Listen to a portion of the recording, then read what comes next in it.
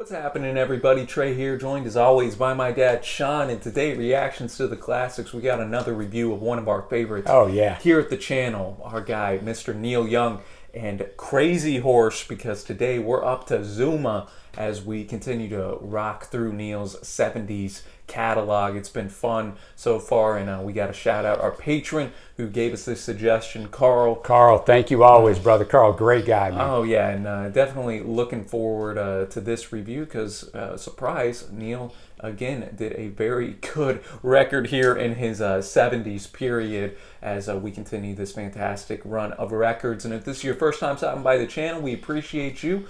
And if you would, hit that big thumbs up. That helps us out in the almighty YouTube algorithm. And consider hitting that big red subscribe button so you don't miss any more Neil Young reactions or reviews in the future. You can also link up with us on Facebook and various other social media platforms, and all that's linked below. And if you'd like to have us review a record like Carl does, you can check out our Patreon page, which is also linked in the description. Yeah, I always appreciate our patrons. Makes it possible to keep this channel keep running. Also check out the link below for our podcast. Drops every Friday. And Trey, all that to say, let's jump into this album. 7th studio album, released in November of 1975. Co-credited, as you talked about, with Crazy Horse. Crazy Horse is back. Not that they ever totally went away, but Crazy Horse is back. And this went to 25 on the Billboard Top 200. We talk about this sometimes in our reviews, but back then, making the album chart and crawling up, it was a bloodbath, man. It was all about the album. So 25 is not a bad thing. Now, the death of guitarist and bandmate Danny Whitten from a drug overdose in 1972 affected Neil greatly and left the Crazy Horse band without its leader and songwriter. Young went on tour in late 73 with a band dubbed the Santa Monica Flyers, but it had some of the Crazy Horse people in there. But after the 1974 stadium tour with Crosby, Stills, and Nash, Young formed a new version of Crazy Horse in 75 with guitarist Frank Sampedro slotted in alongside Billy Talbot and Ralph Molina. Lineup first appeared on this album, and Trey actually remained stable all the way up until 2018. So, like everything we've covered with Neil, unless he just does a cover here and there, all the tracks on here written by Mr. Young himself. Not a lot of songs on this one. Nice, concise. No, nine tracks, which we've been noticing on the beach. It was pretty short to the point as well. And I like that, man. No, me too. So we're going to start this off with Don't Cry, No Tears. And speaking of Crazy Horse, you're immediately introduced to their just energetic sound, and they're firing on all cylinders. Different sound than the previous albums that we've covered his leading up to this because of that reason. Yeah, Crazy Horse is back. Totally different sounding album. Kind of harkens back to Everybody Knows This Is Nowhere. That's what I thought, kind of like a hybrid of that and something like Harvest or On the Beach, you know, but definitely sounds different than Harvest, On the Beach, and Tonight's the Night for that reason. They're back. I like it. It's a rockin' song. And it's a track that's equal parts moving on, but also heartbreaking because there's nothing that can be said to this man to make him go away from his love. So I think a lot of people have been there where their heart is broken, and Neil always is able to write some relatable tunes here, and this album's no different. Yeah, he tells her in the lyrics. He tells her not to cry. But then in the next part, he's wondering who she's with tonight. So just what you said, yeah, it's kind of a heartbreaking thing. That's going to take us to track number 2.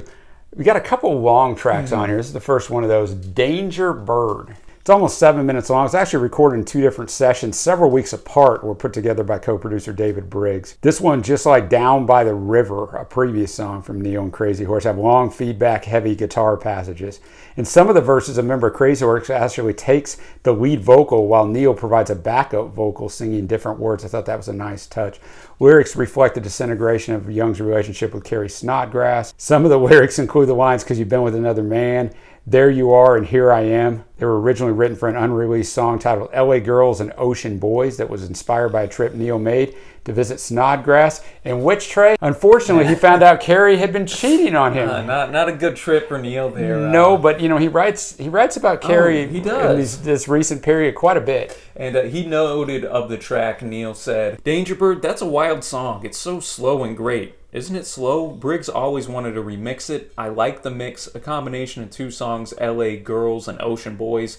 I never recorded, but it's part of Danger Bird. Hey, sometimes that's what happens. One song doesn't come out, I'll be writing another and say, oh, that fits. Bang, drop it right in." And then the great Lou Reed of Velvet Underground fame and his solo career as well said that the guitar playing on this is his favorite guitar playing ever. Yeah, I was blown away by it. I'm like, that is as high praise almost as you can get. And that's really, for me, what this song's all about. Oh, yeah. That was in my notes. It's all about the guitars on this song, and that's not a bad thing. 7 minutes. Let's run this thing out. Yeah, some of Neil's best guitar playing, I think, I've heard up to this For point. sure. Especially the first solo that appears in this track is just phenomenal. I loved everything about this tune, from the lyrical content that was very emotionally dense to just the fantastic rocking instrumentation from Neil and Crazy Horse here. So really dug this one, and it went by quick for a tune that was almost 7 minutes. I thought so as well, and it's always the highest praise you can give a song that's a little bit longer. That transitions us to Pardon My Heart. Basically, he still loves her, Trey, but things are not really going so well. It's way dialed back from the last song. Like the backing vocals.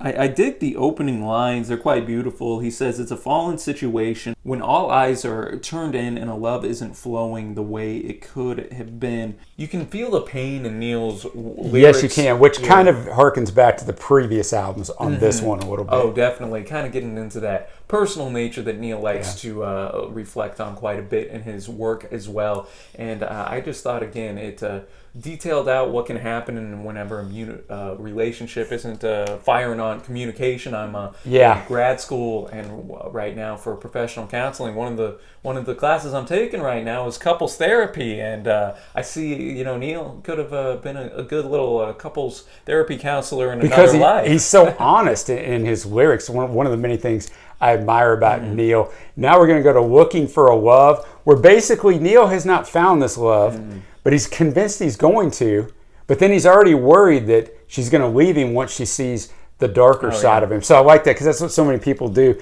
You wish for something, whatever it is, whether it's a relationship, a job, whatever, but then you already think, well, what if I do get it? Then what if I do this? Like, you've already thought this thing out 10 steps ahead. That's what he's doing here. I think it's a nice vocal performance and some really nice harmonizing on this song. Yeah, I don't have much to add. I think you summed it up well, and again, just that topic, and I think that people can maybe put themselves in Neil's shoes. Definitely. So many of his lyrics are relatable. Where that mind starts racing, like, oh, it'd be great, but then, oh, well, what did this happen? What did that happen? Well, maybe I shouldn't even go for it. No, that's exactly right. You've already talked yourself out of it before it ever happened. And then we close out the first side with Barstool Blues. Got another great set of lines here. And I saw you in mid-nightmares, but I'll see you in my dreams, and I might live 1,000 years before I know what that means. For me, from this track, I think he sees this girl in his dreams everywhere and whatnot, but at the end of the day is still alone when he wakes up. Maybe that's just my interpretation, but that's not a bad leans into that guitar laden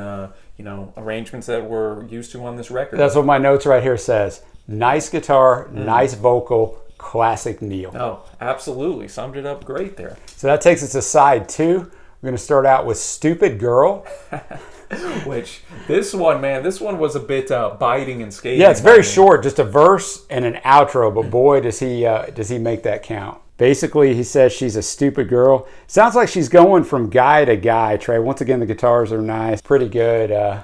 Maybe not PC with the song title, but hey, man. Well, you can tell relationships weren't high up on Neil's list on this entire record. Well, as we saw, one of the previous songs, he'd been cheated on, and maybe that'll tend to give you a little edge for a little while, or maybe for a long while. And some of my favorite guitar tones are found on this track as well. And though not a highlight for me, maybe on this record, it's still pretty darn solid. Yeah, it is. Now we're going to go to the second track on the B-side, Drive Back. Appears to be about a one-night stand, maybe, and he wants her to drive back home after. At least I think, Trey. It's not my favorite, but it's not bad. As always, the guitars for me are the highlight of the song. Yeah, especially in that intro, very fuzzy, very crunchy guitars that they managed to change up from song to song their tones and the arrangements of the guitars, yet still keep the essence of what you would expect from Crazy Horse and Neil in general. Yeah. And I like the fact too in this, Neil says something along the lines, you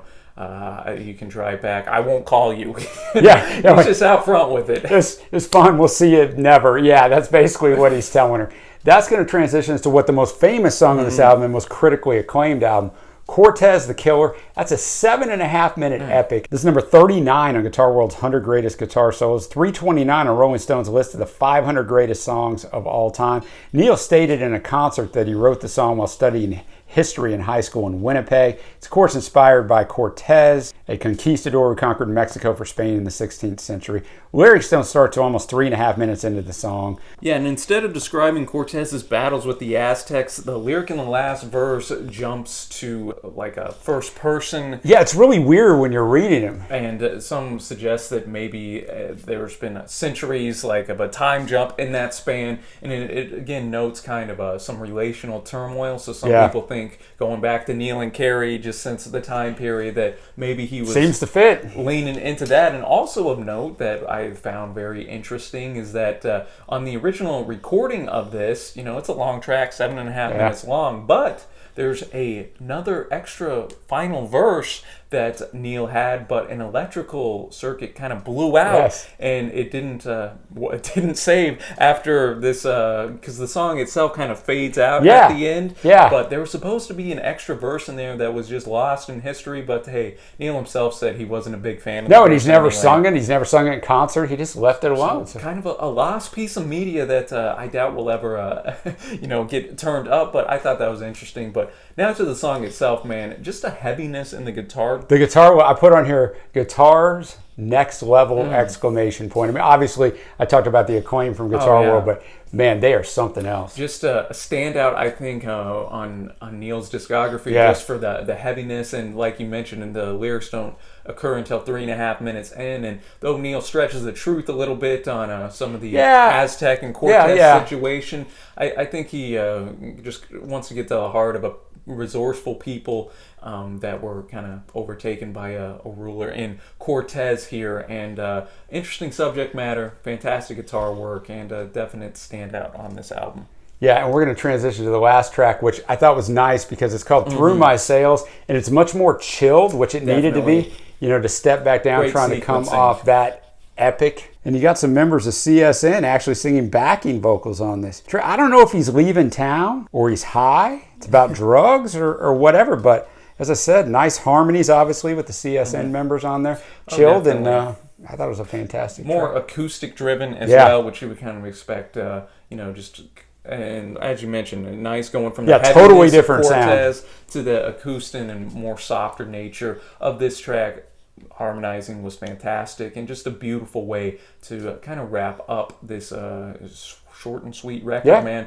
And that'll transition us now to our favorite tracks. For me, I went with the two long ones. I thought you might. I went with Danger Bird and then Cortez the Killer. Just really love the guitar work as a standout in Neil's, I think, catalog, just instrumentally. So those were my choices.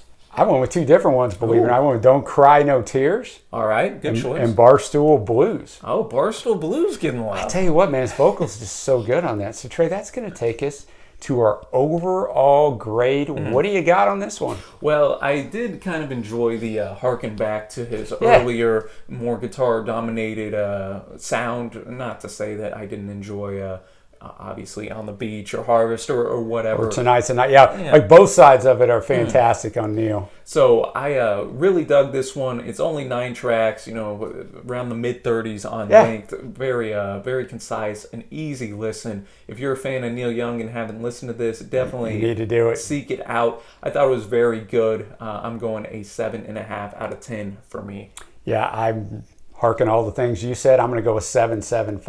I mean, I'll tell you what, Uncle Neil's quickly becoming one of my favorite artists, man. So thank you, Carl, for taking us down this road to go through his discography, and look forward to the next one. Yeah, as we're nearing kind of the end of his 70s run here, I definitely think you could put this stretch of records up against pretty much anybody in music history. I agree. Man. So many killer tracks, and just so consistent from album to album. And the ability to change styles from album to album and still maintain that consistency is very, very difficult. Oh yeah, you can go from a little After the Gold Rush if you want your sweeter, softer stuff to something like Cortez the Killer. Yeah, exactly. So very cool. Let us know, y'all, what you think of Zuma in the comments section below. As always, Carl, appreciate it. As always, Dad, appreciate the research. And until next time, thanks for watching. Happy listening, and we will see you.